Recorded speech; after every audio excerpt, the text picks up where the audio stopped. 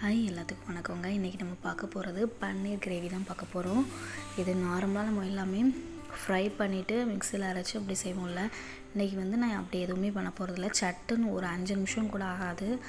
எதுவும் எல்லாமே ராவாக அப்படியே சேர்க்க போகிறேன். பன்னீரையும் அப்படியே தான் சேர்க்க போகிறேன்.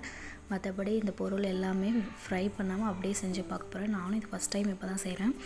ஏற்கனவே நம்ம வதக்கி இந்த பட்டர்லாம் ஆட் பண்ணி இந்த ஹோட்டலில் செய்கிற மாதிரி செய்வோம். பட் இது சும்மா ட்ரை பண்ணலாம், இப்படி இருந்தால் இப்படி இருக்கும் அப்படிங்கிற ஒரு ட்ரை தான் பண்ணேன். பட் நல்லாவே வந்துச்சு. அதனால தான் உங்ககிட்ட ஷேர் பண்ணுறேன்.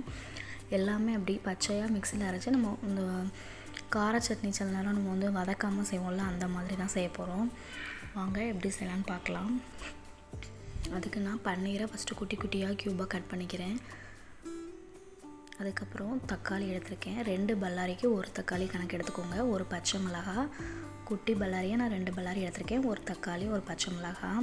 அதுக்கப்புறம் நம்ம ஸ்பைசஸ் நார்மலாக ஆட் பண்ணுற மாதிரி எல்லா ஸ்பைசஸும், முந்திரி பருப்பு, அதுக்கப்புறம் கசகசா, பெருஞ்சீரகம், கல்பாசி, ஒரு கிராம்பு, ஒரு பட்டை, ஒரு ஏலக்காய். ஏலக்காவும் ஆட் பண்ணிக்கோங்க, நல்லாயிருக்கும் ஃப்ளேவர். அப்புறம் ஒரு 1.5 டேபிள் ஸ்பூன் இஞ்சி பூண்டு பேஸ்ட்டு ஆட் பண்ணியிருக்கேன். அவ்வளோதாங்க. இதை அரைக்க போகிறோம். இதுலேயே நம்ம பொடி ஐட்டம் எல்லாமே அப்படியே அதிலே சேர்த்துக்க போகிறேன். உப்பு, டிஷ்ஷுக்கு தேவையான உப்பு எல்லாமே ஆட் பண்ணிக்கிறேன். 1.5 டேபிள் ஸ்பூன் வத்தப்பொடி ஆட் பண்ணியிருக்கேன்.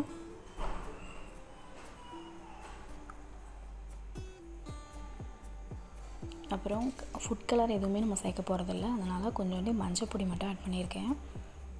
அந்த ஃப்ளேவர், அந்த கலர் வரணுங்கிறதுக்காண்டி மஞ்சள் பொடி மட்டும் ஆட் பண்ணியிருக்கேன். மறுபடி ஃபுட் கலர் எதுவுமே வேண்டாம். இது கூட நான் ஃப்ளேவருக்காண்டி கொஞ்சோண்டி கேர்டு, நல்லா கட்டியாக இருக்கிற கேர்டு ஆட் பண்ணிக்கோங்க. இப்போ தான் டேஸ்ட் நல்லாயிருக்கும். இது நல்லா மையாக நல்லா அரைச்சிட்டு நம்ம தேவையான அளவு தண்ணி வச்சு கொதிக்க வைக்க போகிறோம். அவ்வளோதான். பன்னீரை குட்டி குட்டியாக கட் பண்ணிக்கலாங்க.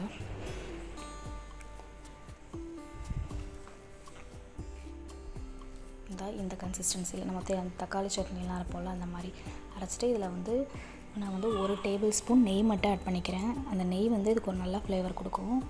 நெய் ஆட் பண்ணிவிட்டு ஒரு கொதி வந்ததுக்கப்புறம் பன்னீரை நான் அப்படியே ஃப்ரை பண்ணாமல் அப்படியே போட்டுக்கிறேன். அவ்வளோதாங்க, ஃபினிஷ்டு.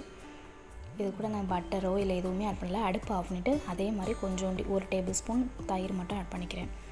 அவ்வளோதான். இது கூட இன்னும் கொஞ்சம் நல்லா டேஸ்ட்டாக அந்த ஃப்ளேவர், நம்ம நார்மலாக நம்ம ஃப்ரை பண்ணி நம்ம செய்வோம்ல, அந்த ஃப்ளேவர் வரதுக்கு நான் இதில் ஒரு 1/2 டேபிள் ஸ்பூன் சுகர் இருக்கு இல்லையா, அதை ஆட் பண்ணிக்கிறேன். அந்த சுகரோட ஃப்ளேவர் இதில் நல்லாயிருக்கும். லைட்டாக இனிப்பாகவும் இல்லாமல் புளிப்பாகவும் இல்லாமல் ஒரு மாதிரி நல்ல ஃப்ளேவரில் இருக்கும். இறக்கும்போது ஒரு 1/2 டேபிள் ஸ்பூன் சுகரும் ஒரு 1/2 டேபிள் ஸ்பூன் கேர்டும் ஆட் பண்ணிக்கோங்க. அவ்வளோதான். சூப்பரான பன்னீர் கிரேவி ரெடி. இன்னொரு வீடியோவில் உங்களை நான் மீட் பண்ணுறேன். until then bye from Lux. bye. Thank you for watching.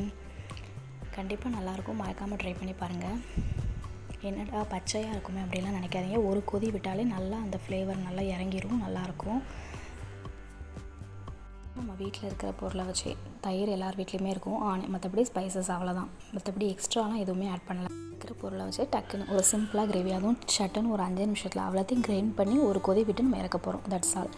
ஓகேங்க, பாய். இன்னொரு வீடியோவில் மீட் பண்ணலாம். தேங்க்யூ ஃபார் வாட்சிங்.